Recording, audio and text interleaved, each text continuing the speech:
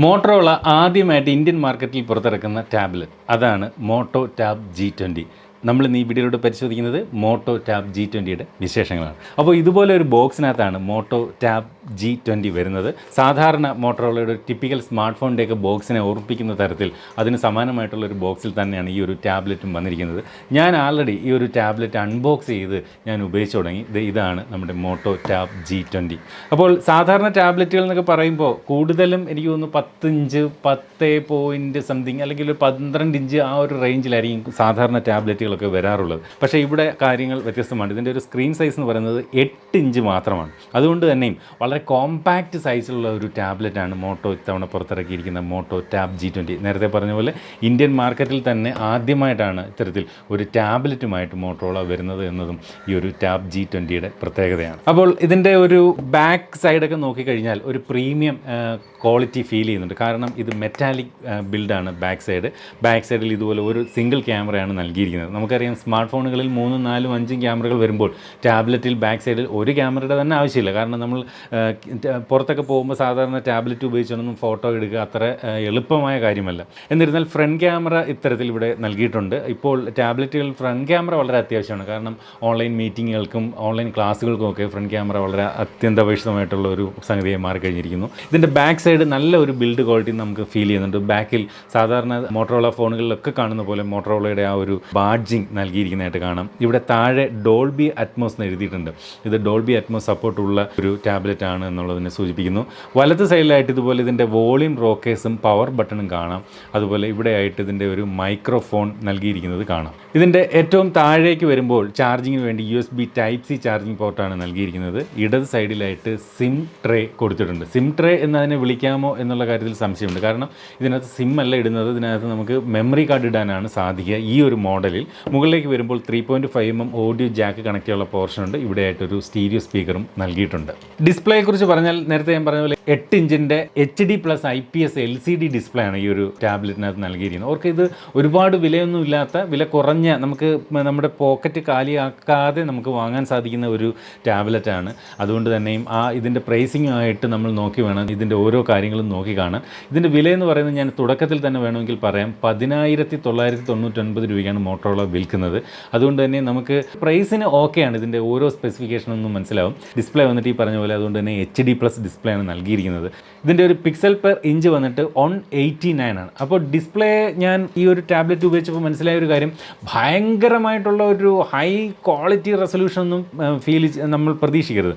ഈ പറഞ്ഞ പോലെ ഓൺലൈൻ ക്ലാസ്സിന് കുട്ടികൾക്കൊക്കെ ഓക്കെയാണ് ഇതിൻ്റെ ഒരു സ്ക്രീൻ റെസൊല്യൂഷൻ എന്ന് പറയേണ്ടി വരും. എനിക്കിതിനകത്ത് ഏറ്റവും ഇഷ്ടപ്പെട്ട ഒരു കാര്യം എന്താണെന്ന് വെച്ച് കഴിഞ്ഞാൽ, ഇതിനകത്ത് പ്യുവർ ആൻഡ്രോയിഡ് ആണ്. ഈ പറഞ്ഞ മോട്ടറോളയുടെ സ്മാർട്ട് ഫോണുകൾ പോലെ തന്നെ പ്യുവർ ആൻഡ്രോയിഡ് OS ആണ് ഇതിനകത്ത് നൽകിയിരിക്കുന്നത്. അതുകൊണ്ടുള്ള ഗുണം എന്താണെന്ന് വെച്ച് കഴിഞ്ഞാൽ, ഒരുപാട് ആപ്ലിക്കേഷൻസ് ഒന്നും അനാവശ്യമായിട്ട് ഇതിനകത്ത് കുത്തി നിറച്ചിട്ടേ ഇല്ല. ഗൂഗിളിൻ്റേതായിട്ടുള്ള കുറച്ച് ആപ്ലിക്കേഷൻസ് മാത്രമേ ഇതിനകത്ത് നൽകിയിട്ടുള്ളൂ. അതുകൊണ്ട് തന്നെ ബാറ്ററി ലൈഫൊക്കെ നല്ല രീതിയിൽ സാധാരണ മറ്റ് ടാബ്ലറ്റുകളേക്കാൾ കൂടുതൽ ബാറ്ററി ലൈഫ് നിൽക്കും എന്നുള്ള കാര്യത്തിൽ സംശയമില്ല. മാത്രമല്ല ഒരു സ്മൂത്ത് ഉണ്ട്. ഈ ലാഗ് ഒന്നും പെട്ടെന്നൊന്നും വരാനുള്ളൊരു സാധ്യത ഈ ഒരു ടാബ്ലറ്റിൽ സാധാരണഗതിയിൽ കാണാൻ സാധിക്കില്ല. കാരണം ഈ ഒരു പ്യുവർ ആൻഡ്രോയിഡ് ആണ്.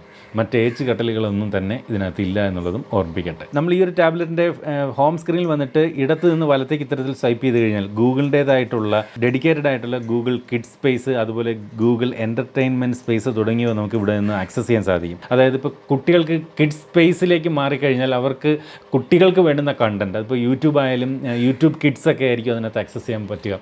അപ്പോൾ മുതിർന്നവർ കാണേണ്ട കണ്ടൻറ്റുകൾ ഒരിക്കലും കുട്ടികളിലേക്ക് ചെല്ലാതിരിക്കുകയും കുട്ടികൾക്ക് വേണ്ടുന്ന കാർട്ടൂണും ഒക്കെ കാണത്തക്ക തരത്തിൽ ഇതിനെ കസ്റ്റമൈസ് ചെയ്യാനും ഈ ഒരു ടാബിൽ സാധിക്കും. അടുത്തായിട്ട് ഇതിൻ്റെ ഒരു ഓഡിയോ ക്വാളിറ്റി ഞാനൊന്ന് കേൾപ്പിച്ചു തരാം. ഇതിനകത്ത് മോണോ സ്പീക്കറാണ്. സാധാരണ വരുന്ന മിക്ക ടാബ്ലറ്റുകളും സ്റ്റീരിയോ സ്പീക്കറാണ്. കാരണം ഒരു മൾട്ടിമീഡിയ എക്സ്പീരിയൻസിന് വേണ്ടിയിട്ടാണ് പലപ്പോഴും നമ്മൾ ടാബ്ലറ്റ് വാങ്ങുന്നത്. അതായത് ഒരു വലിയ സ്ക്രീനിൽ, സാധാരണ മൊബൈൽ സ്ക്രീനിൽ നിന്ന് വലുതായിട്ട് നമുക്ക് സിനിമകൾ കാണാനും ഒക്കെ ആയിട്ടാണ് നമ്മൾ പലപ്പോഴും ഈ ഇത്തരം ടാബ്ലറ്റുകൾ ഉപയോഗിക്കാറുണ്ട്. അതുകൊണ്ട് തന്നെ ഒരു സ്റ്റീരിയോ സൗണ്ട് ഞാൻ പ്രതീക്ഷിച്ചിരുന്നു. പക്ഷേ ഇതിനകത്ത് മോണോ സ്പീക്കറാണ്. നമുക്കതിൻ്റെ ഒരു സൗണ്ട് ക്വാളിറ്റി ഒന്ന് ചെക്ക് ചെയ്യാം. സൗണ്ട് ഓക്കെ ആണ് എന്നേ പറയാൻ പറ്റുന്നുള്ളൂ. ഈ പറഞ്ഞ പോലെ ഒരു ഭയങ്കര വോളിയം ഒന്നും പ്രതീക്ഷിക്കേണ്ട. മോണോ സ്പീക്കർ എന്നുള്ളത് എന്നെ ഒരല്പം നിരാശപ്പെടുത്തിയെന്ന് പറയട്ടെ. സ്റ്റീരിയോ സ്പീക്കർ ആയിരുന്നെങ്കിൽ കുറച്ചുകൂടി ബെറ്റർ ആയേനെ. അതുപോലെ ഇതിൻ്റെ ഒരു പെർഫോമൻസ് സൈഡിലേക്ക് വന്നാൽ മീഡിയടെക്കിൻ്റെ ഹീലിയോ P22T എന്ന ഒക്ടാ കോർ പ്രോസസ്സറാണ് നൽകിയിരിക്കുന്നത്. ഒരു ഭയങ്കര ഗെയിമിംഗ് പെർഫോമൻസ് ഒന്നും പ്രതീക്ഷിക്കേണ്ട, ഒരു മീഡിയം ആയിട്ടുള്ള ഒരു പെർഫോമൻസ് പ്രതീക്ഷിച്ചാൽ മതി. ഞാൻ പറഞ്ഞില്ലേ, നമുക്കൊരു ഡേ ടു ഡേ ആക്ടിവിറ്റീസ് ചെയ്യാനും ഈ പറഞ്ഞ പോലെ വർക്ക് അറ്റ് ഹോമിൻ്റെ ഭാഗമായിട്ട് ഗൂഗിൾ ഡോക്ക്, ഗൂഗിൾ സ്ലൈഡ്സ്, അതുപോലെ ഗൂഗിൾ സ്പ്രെഡ്ഷീറ്റ് അങ്ങനെയുള്ള കാര്യങ്ങളൊക്കെ ചെയ്യാനും, സൂം മീറ്റിംഗ്, ജി മീറ്റ് അങ്ങനെയുള്ള വീഡിയോ കോൺഫറൻസിങ് ഉപയോഗിച്ചുകൊണ്ട് ക്ലാസ് കേൾക്കാനും ഒക്കെ ഈ ഒരു പ്രോസസ്സർ ഇനഫാണ് എന്ന് പറഞ്ഞ ഒരു ഭയങ്കരമായിട്ടുള്ളൊരു ഗെയിം, ഹെവി ഗെയിമൊക്കെ ഇതിനകത്ത് കളിക്കുക ഒരു പക്ഷേ ബുദ്ധിമുട്ട് തന്നെ ആയിരിക്കും. കാരണം ഇതിൻ്റെ റാം വേരിയൻറ്റും റോം വേരിയൻറ്റും നോക്കിയാൽ 3GB റാമും 32GB ഇൻറ്റേർണൽ മെമ്മറിയാണ് നൽകിയിരിക്കുന്നത്. അപ്പോൾ ഇതിനകത്ത് ഈ 32GB ഇൻറ്റേർണൽ മെമ്മറി നൽകിയിരിക്കുന്നതുകൊണ്ട് തന്നെ ഒരുപാട് ആപ്ലിക്കേഷനുകളൊക്കെ കുത്തി നിറയ്ക്കുക ബുദ്ധിമുട്ടുമാണ്. കാരണം സ്റ്റോറേജിൻ്റെ ഒരു ലിമിറ്റ് വരാനുള്ളൊരു സാധ്യതയുണ്ട്. ഇന്ന് വലിയ ഗെയിമുകൾക്ക് പോലും നല്ല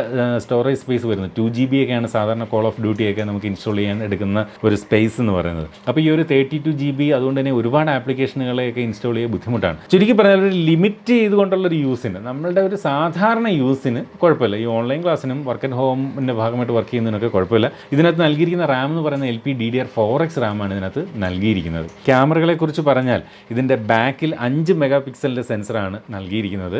സെൽഫി വീഡിയോകൾ എടുക്കാനും ഫോട്ടോകൾ എടുക്കാനുമായിട്ട് നമുക്ക് 2 മെഗാ പിക്സലിൻ്റെ ഒരു സെൻസറുമാണ് നൽകിയിരിക്കുന്നത്. അപ്പോൾ ഈ ഒരു 2 മെഗാ പിക്സലിൻ്റെ സെൻസർ നൽകിയിരിക്കുന്നത് കൊണ്ട് തന്നെയും നമുക്ക് ഈ പറഞ്ഞതുപോലെ വീഡിയോ കോൺഫറൻസിങ് വഴി ഓൺലൈൻ ക്ലാസ്സുകൾ അറ്റൻഡ് ചെയ്യുന്നതിനും അത്തരമുള്ള വീഡിയോ മീറ്റിങ്ങുകൾ, ഓൺലൈൻ വീഡിയോ കോൺഫറൻസിങ് ഒക്കെ ചെയ്യുന്നതിന് സാധ്യമാണ്.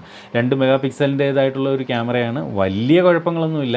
നമ്മുടെ ആവശ്യങ്ങൾ അതുകൊണ്ട് തന്നെയും ഈ ഒരു ഫ്രണ്ട് ക്യാമറ ഉപയോഗിച്ചുകൊണ്ട് നടക്കും. പിന്നെ ബാറ്ററി സൈഡിലേക്ക് വന്നു കഴിഞ്ഞാൽ 5100 mAh ആണ്. സാധാരണ ഒരു ടാബ്ലറ്റ് എന്നൊക്കെ പറയുമ്പോൾ എങ്ങനെയായാലും 7000 mAh മുകളിലാണ് സാധാരണ നമ്മൾ ബാറ്ററി കപ്പാസിറ്റി കാണാറുള്ളത്. 7000 മുതൽ 10000 mAh ഒക്കെയാണ് സാധാരണ വരാറുള്ളത്. പക്ഷേ ഇവിടെ ഒരു ഫോണിനകത്ത് ഉള്ള ബാറ്ററിയുടെയൊക്കെ ഒരു സൈസേ ഉള്ളൂ 5100 mAh എന്നുള്ളത്. അതുപോലെ ചാർജ് ചെയ്യാനായിട്ട് 10 വാട്ടിൻ്റെ ചാർജറാണ് നൽകിയിരിക്കുന്നത്. ഒരു ഫാസ്റ്റ് ചാർജർ കൂടി നൽകാമായിരുന്നു എന്ന് തോന്നുന്നു. എല്ലാം പ്രൈസ് കുറയ്ക്കുന്നതിന് വേണ്ടിയിട്ട് ചെയ്തതാണെന്ന് തോന്നുന്നു. എന്തായാലും ഈ ഒരു 5100 mAh കൊണ്ട് ഈ ഒരു വലിയ സ്ക്രീൻ സൈസ് ഇത്രയും പ്രവർത്തിക്കണമല്ലോ. അപ്പോൾ അതിൻ്റേതുകൊണ്ട് ബാറ്ററി പെട്ടെന്ന് കുറയാനുള്ള സാധ്യതയുണ്ട്. 10 വാട്ടിൻ്റെ ചാർജർ ഉള്ളതുകൊണ്ട് തന്നെ വളരെ വേഗത്തിൽ ചാർജ് ചെയ്യാൻ സാധിക്കത്തുമില്ല.